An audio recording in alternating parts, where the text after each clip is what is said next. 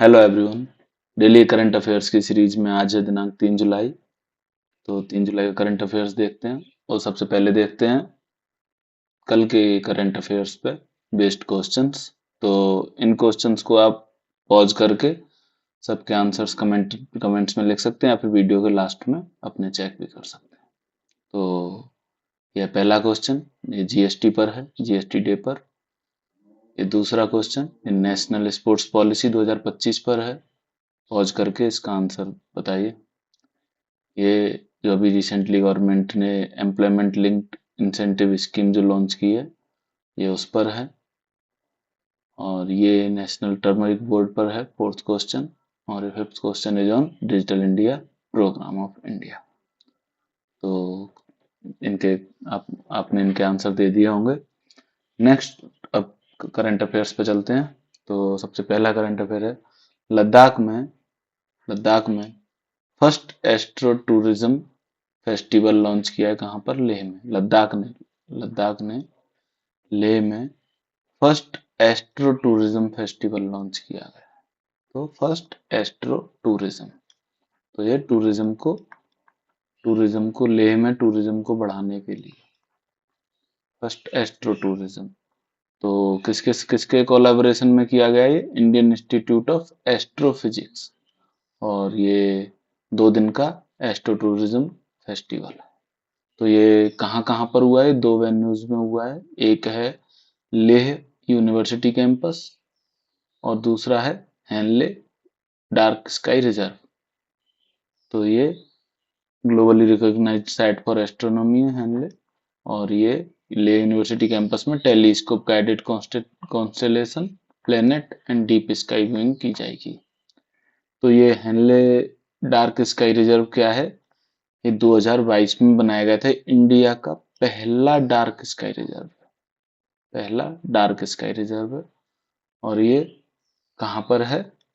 चांग Changthang wild life sanctuary में। Wild life ये वाली चांगथांग वाइल्ड लाइफ सेंचुरी कहाँ पर है? लेह लद्दाख में। और ये यहीं पर हैनले हैनले में ही इंडियन एस्ट्रोनॉमिकल ऑब्जर्वेटरी है, जो कि दुनिया की सबसे ऊंची हाईएस्ट ऑप्टिकल और गामा रे टेलीस्कोप साइट्स में से एक है। तो क्या न्यूज है? फर्स्ट एस्ट्रो टूरिज्म फेस्टिवल कहाँ पर है? लेह में। 2 वेन्यूज हैं, लेह यूनिवर्सिटी कैंपस और हैनले डार्क स्काई रिजर्व। और हैनले डार्क स्काई रिजर्व ये कब डेजिग्नेटेड हुआ था? 2022 में। और इंडिया का फर्स्ट डार्क स्काई रिजर्व है। और ये कहाँ पर है? चांगथंग वाइल्ड लाइफ सेंचुरी में सिचुएटेड है। और हैनले में एक और क्या है? इंडियन एस्ट्रोनॉमिकल ऑब्जर्वेटरी है, जो कि दुनिया की सबसे ऊंची ऑप्टिकल और गामा रे टेलीस्कोप साइट्स में से एक है। Next news is, prime minister Ghana पहुंच गए। ये पांच पांच कंट्रीज की विजिट पे निकले थे प्राइम मिनिस्टर। उनमें से घाना पहला है, फिर ट्रिनिडाद टोबैगो है, Argentina, Brazil and Namibia. Brazil में ये ब्रिक्स समिट को भी अटेंड करेंगे। ब्रिक्स समिट को भी अटेंड करें। तो अभी ये घाना पहुंचे हैं। घाना में ये एक्रा पे पहुंचे हैं और ये रहा यहाँ पे। और ये घाना कहाँ पर है? साउथ साउथ अफ्रीका में। साउथ अफ्रीका के वेस्टर्न कोस्ट पर है। वहां पर प्राइम मिनिस्टर को वहां के प्रेसिडेंट ने, क्या नाम है उनका, H.E. जॉन द्रमानी महामा ने रिसीव किया। और ये लास्ट 3 डेकेड्स में इंडियन प्राइम मिनिस्टर की पहली विजिट है घाना में। ये लास्ट 3 डेकेड में। तो next news is, first national level conference on off chairpersons of urban local bodies के चेयरपर्सन्स की नेशनल लेवल की पहली कॉन्फ्रेंस है। फर्स्ट नेशनल लेवल कॉन्फ्रेंस है किसकी? Chairpersons of urban local bodies. तो ये लोकसभा स्पीकर ओम बिरला जी ने इसको इनॉग्रेट किया है। और इसकी थीम क्या है? Theme of the conference is role of urban local bodies in strengthening constitutional democracy and nation building. और इसका क्या रोल है इसका? इम्पोर्टेंट रोल ऑफ इसका रोल है कि अर्बन लोकल बॉडीज जो कि रैपिडली अर्बनाइज इंडिया में, इनका क्या इम्पोर्टेंस है, इसको अंडरलाइन करना है। मतलब अर्बन लोकल बॉडीज की इंडिया में क्या इम्पोर्टेंस है, उसको अंडरलाइन करना इसकी इम्पोर्टेंस है। और ये मानेसर में मानेसर हरियाणा में ये इनॉग्रेट की गई। Next news is coal ministry reclaim करके एक फ्रेमवर्क लॉन्च कर रही है। तो ये क्या है? A community engagement and development framework for mine closure and repurposing. तो माइंस के क्लोजर और उनको फिर किसी दूसरे काम में यूज करने के लिए एक रिक्लेम करके फ्रेमवर्क डेवलप किया गया है, जिसे कि 4 जुलाई को लॉन्च किया जाएगा। 4 जुलाई को लॉन्च किया जाएगा कोल मिनिस्ट्री के द्वारा। तो ये फ्रेमवर्क लॉन्च किया जाएगा किसके द्वारा? Union minister of coals and mines कौन है? जी किशन रेड्डी, इनके द्वारा लॉन्च किया जाएगा। रिक्लेम एक एब्रीविएशन है जिसका क्या है? R for reach out, understand the community, reach out मतलब understand the community. E for envision मतलब क्या ड्रीम एंड क्या फ्यूचर है उसका। सी का मतलब है को डिजाइन, प्लान टुगेदर मतलब सबके साथ मिलके प्लान करना है। एल मतलब लोकलाइज, जो ग्राउंड रियलिटीज है उनको अडेप्ट करना है। ए से एक्ट, इम्प्लीमेंट विद पार्टिसिपेशन भी चाहिए लोगों का। आई से इंटीग्रेट है, इंटीग्रेट मतलब उसके साथ साथ ensure sustainability. Aim is maintain मतलब सस्टेन थ्रू लोकलाइज्ड लीडरशिप। तो ये रिक्लेम फ्रेमवर्क लॉन्च किया जा रहा है। कौन लॉन्च कर रहा है? कोल मिनिस्ट्री लॉन्च कर रही है। और किस लिए कर रही है? Mine closure and repurposing, mine closure और उनका रीपर्पजिंग के लिए क्या कर रही है? Reclaim. Next news is fraud risk indicator. Fraud risk indicator अभी रिसेंटली आरबीआई ने एक एडवाइजरी जारी की, और उस एडवाइजरी में उसने सारी अपनी scheduled commercial bank, small finance bank, payment banks, cooperative banks, सबको उन्होंने फाइनेंशियल फ्रॉड रिस्क इंडिकेटर को यूज करने का, अपने सिस्टम में इंटीग्रेट करने की एडवाइजरी जारी की। तो ये एफआरआई किसने डेवलप किया है? डिपार्टमेंट ऑफ टेलीकम्युनिकेशन में। तो ये FRI financial fraud risk indicator कब लॉन्च हुआ था? मई में हुआ था। और ये क्या है? एक रिस्क बेस्ड मीट्रिक है जो कि किसी भी नंबर को आइडेंटिटी क्लासिफाई करेगी कि उस नंबर के साथ वो नंबर मीडियम, हाई या very high risk of financial. जो भी मोबाइल नंबर है तो आपके मोबाइल नंबर के बेसिस पे कि ये मोबाइल नंबर किसी फ्रॉड से, फाइनेंशियल फ्रॉड से रिलेटेड तो नहीं है, तो उसे वो पहले ही क्लासिफाई करके इन बैंक इसमें अपने एफआरआई में अपडेट कर देगी, और इससे ये बैंक्स इस डेटा को यूज कर सकते हैं। Next news is C flood. ये क्या है? एक यूनिफाइड इनंडेशन फोरकास्टिंग सिस्टम है। फोरकास्टिंग सिस्टम है ये, और ये किसके लिए? फ्लड के लिए। फ्लड के लिए वार्न करेगा 2 दिन पहले। तो ये यूनियन मिनिस्टर ऑफ जल शक्ति श्री सी आर पाटिल ने इसे इनॉग्रेट किया। ये एक वेब बेस्ड प्लेटफॉर्म है जो कि 2 दिन पहले ही आपको फोरकास्ट करेगा, पहले ही बताएगा कि विलेज लेवल तक, गांव के लेवल तक कि हाँ भाई फ्लड के क्या चांस है, और उनको मैप और वाटर लेवल प्रिडिक्शन भी बताएगा। किसने डेवलप किया इसे? सीडैक ने डेवलप किया इसे। सीडैक पुणे ने डेवलप किया है किसके साथ? Central water commission. ये किसके अंदर आती है? मिनिस्ट्री ऑफ जल शक्ति के अंदर। तो क्या है? सी फ्लड। और ये है क्या? फोरकास्टिंग सिस्टम है ये। और ये किस लेवल पे करेगा? विलेज लेवल पे करेगा ये फोरकास्ट। और ये 2 डेज एडवांस में, 2 डेज पहले ये बता देगा आपको। Next news is ESIC employ state insurance corporation. इसने क्या लॉन्च किया है? स्प्रिट 2025 अपना सोशल सिक्योरिटी कवरेज को एक्सपेंड करने के लिए इसने ये स्प्री 2025 लॉन्च किया है। किसने? एम्प्लॉयज स्टेट इंश्योरेंस कॉरपोरेशन ने। तो स्प्री का क्या है? Scheme for promotion of registration of employers and employees. तो ये एम्प्लॉयर्स और एम्प्लॉय के रजिस्ट्रेशन को प्रमोट करने के लिए ये स्कीम लॉन्च की गई है। ये स्कीम कब से कब तक एक्टिव रहेगी? ये 1 जुलाई से लेकर 31 दिसंबर 2025 तक ये 6 महीने के लिए एक्टिव रहेगी। इसमें वन टाइम अपॉर्चुनिटी प्रोवाइड की जाएगी अनरजिस्टर्ड एम्प्लॉयर्स और एम्प्लॉय को, अनरजिस्टर्ड एम्प्लॉयर्स और एम्प्लॉय को, कि वो खुद को चाहे कैसा भी हो, कॉन्ट्रेक्चुअल और टेम्पररी वर्कर्स दोनों को, कि वो खुद को एनरोल कर सके। नेक्स्ट न्यूज इज जन सुरक्षा संतृप्ति अभियान। तो इसको गुजरात गवर्नमेंट ने जन सुरक्षा संतृप्ति अभियान लॉन्च किया है, जो कि 3 मंथ की नेशनल ड्राइव है, 1 जुलाई से लेकर के 30 सितंबर 2025 to ensure all eligible citizen access central social security scheme. तो ये क्या इंश्योर करने के लिए कि जो सेंट्रल गवर्नमेंट की जो भी सोशल सिक्योरिटी स्कीम्स हैं, तो उनको जो भी एलिजिबल सिटीजन्स हैं उन स्कीम्स के लिए, वो सब उनको फायदा उठा पा रहे हैं या नहीं उठा पा रहे हैं, ये उसको इम्प्लीमेंट करने के लिए ये योजना लॉन्च की गई है। क्या है? जन सुरक्षा संतृप्ति अभियान। किसने लॉन्च किया है इसे? Gujarat government. Pakistan assumes United nation security council presidency for July 2025। UNSC की प्रेसिडेंसी जुलाई 2025 के लिए किसके पास है? पाकिस्तान के पास।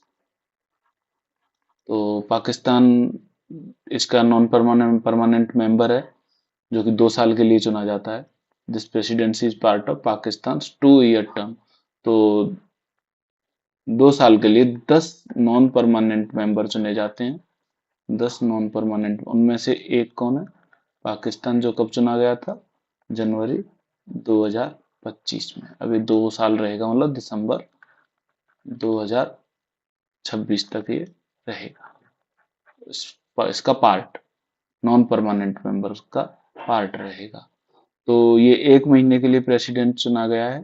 तो जो यूएनएससी की जो प्रेसिडेंसी है, वो इसके 15 मेंबर्स में 5 परमानेंट और 10 नॉन परमानेंट में अल्फाबेटिकल ऑर्डर में रोटेट होती रहती है। Next most important news is Indian navy commission INS Tamal. INS Tamal, जो कि काफी इंपोर्टेंट स्टेल्थ फ्रिगेट है इंडिया का, स्टेल्थ फ्रिगेट है इंडिया का, जो कि अभी इंडियन नेवी ने कमीशन किया है। कहाँ से? 1 जुलाई को। कहाँ से? कलिंगार्ड, रसिया।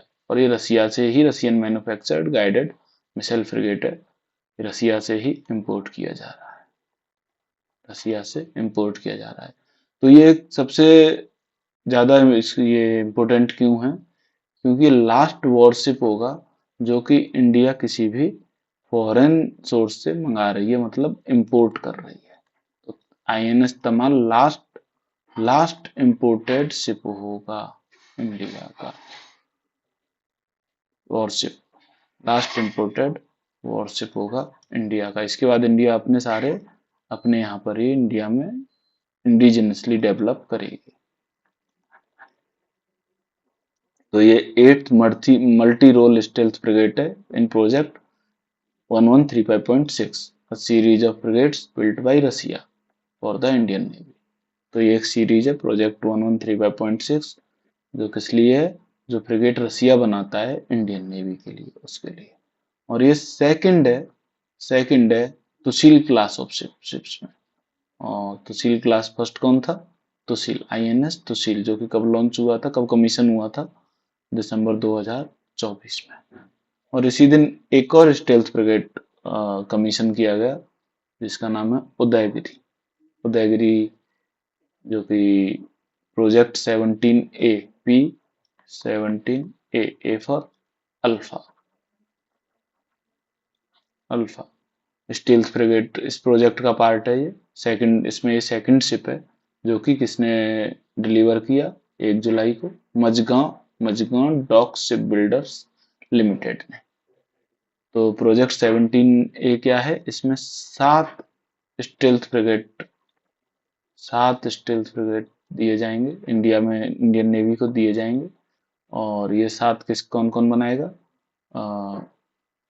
Mazagaon dock ship builders MDL limited Mumbai, और garden garden reach ship builders and engineers Kolkata, GRSE Kolkata, ये दोनों मिलकर बनाएंगे। ये 3 बनाएगा और Mazagaon 4।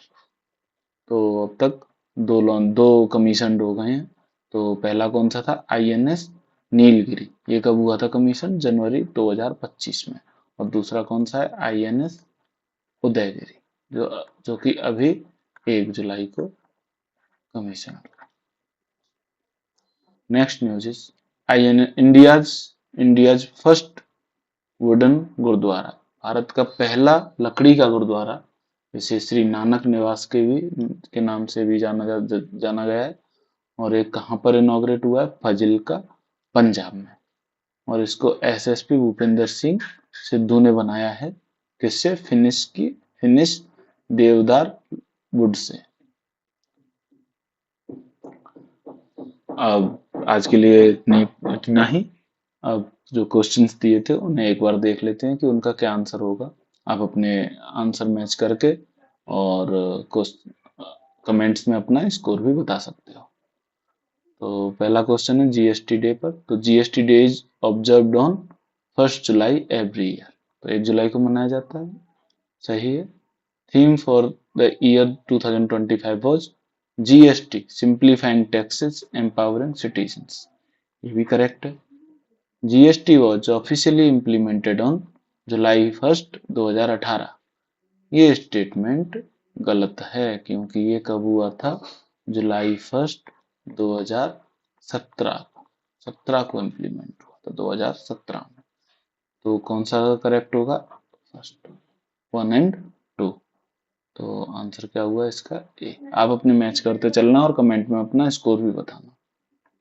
Next question is about national sports policy 2025।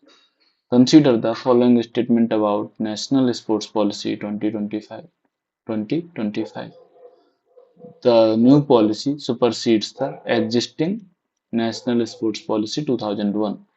ये जो नई पॉलिसी है ये किसको रिप्लेस कर रही है, नेशनल स्पोर्ट्स पॉलिसी 2001 को। करेक्ट है ये स्टेटमेंट।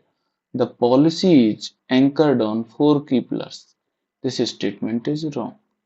कितने पर है ये, 5 की पिलर्स हैं, जो कि हमने कल वीडियो में डिस्कस भी किए थे। तो इससे कौन सा स्टेटमेंट सही होता है, ओनली स्टेटमेंट 1। तो ऑप्शन क्या हुआ, ए, इसका भी A answer. Third question is about employment linked incentive scheme approved by union cabinet in 2025।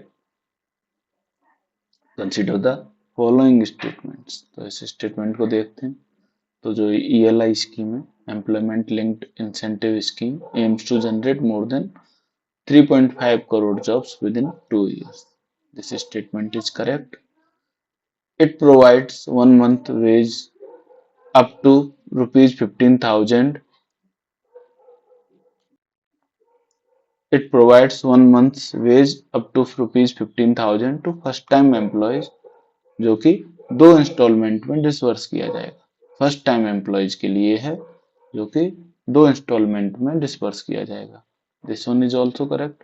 यहाँ पर ये ध्यान रखना है कि कभी कभार ऑप्शंस में से फर्स्ट टाइम वाला चीज हटा दी जाए, कि ऐसे आ जाए it provides 1 month's wage up to 15,000 15,000 to employees disbursed in two, तो ये वाली चीज याद रखनी कि फर्स्ट टाइम एम्प्लॉयज। तो ये भी करेक्ट है। The scheme focuses exclusively on the services sector to promote formal employment. This statement is wrong. Actually ये इसका exclusively तो वैसे भी नहीं है, लेकिन इसका more focus is on manufacturing sector. तो it is a part of the PM's package of 5 schemes announced in budget 2024 to 25 to facilitate youth employment and skilling. ये 5 स्कीम्स का पार्ट है जो कि 2024-25 के बजट में गवर्नमेंट के पीएम के पैकेज में था। तो दिस स्टेटमेंट इज करेक्ट। तो आपका तीसरा गलत है, तो हम इससे एलिमिनेट करें तो ये गया और आपका ये 2 बचे। तो हमको पता है कि 1 तो करेक्ट है, तो ऑप्शन कौन सा हुआ? ए। इसका भी आंसर क्या है? A. Next question is on national turmeric board. तो देखते हैं इसके बारे में statement. The headquarters of the national turmeric board has been inaugurated in Telangana. बिल्कुल करेक्ट स्टेटमेंट है। कहां पर हुआ है? निजामाबाद में। Next statement is the board aims to promote the development and export of turmeric and turmeric based product। General statement है, पढ़ने से पता चल रहा है कि ये सही होगा और ये सही है। The third statement is the National Turmeric Board functions under the Ministry of Health and Family Welfare। This statement is wrong। किस मिनिस्ट्री के अंदर है? Ministry of commerce and industries. Ministry of commerce and industries. तो ये statement आपका wrong हुआ। तो answer क्या है इसका? A. Next question is about digital India program. तो digital India program it was launched on 1 July 2015 with the vision of transforming India into a digitally empowered society and knowledge economy। तो ये कब launch हुआ था? 2015 में। तो इसमें ये याद रखना जरूरी है कि ये 1 जुलाई 2015 को लॉन्च हुआ था और ये स्टेटमेंट करेक्ट है। One of its key component is providing universal digital literacy across the country. ये करेक्ट स्टेटमेंट है, जनरल स्टेटमेंट है। The program is implemented by the ministry of electronics and information technology. ये स्टेटमेंट भी सही है। तो इसके तीनों ही करेक्ट हैं। तो आंसर क्या होगा? डी। बस आज के लिए इतना ही। कमेंट करके अपना स्कोर की 5 क्वेश्चन है तो रॉन्ग एंड राइट, और अगर छोड़ा है तो वो भी इसमें बताएं कि आपने कितने अटेम्प्ट किए और उसमें से कितने सही थे और कितने गलत थे। और अगर आपने 2 जुलाई की वीडियो देख रखी है तो आपका अगर आपका 4 से कम गलत है तो आप कट ऑफ क्लियर नहीं कर रहे। तो this is the cut off. 4 question should be correct, क्योंकि कल ही के करंट से सारा कुछ कवर किया गया है। Thank you. जय हिंद, जय भारत।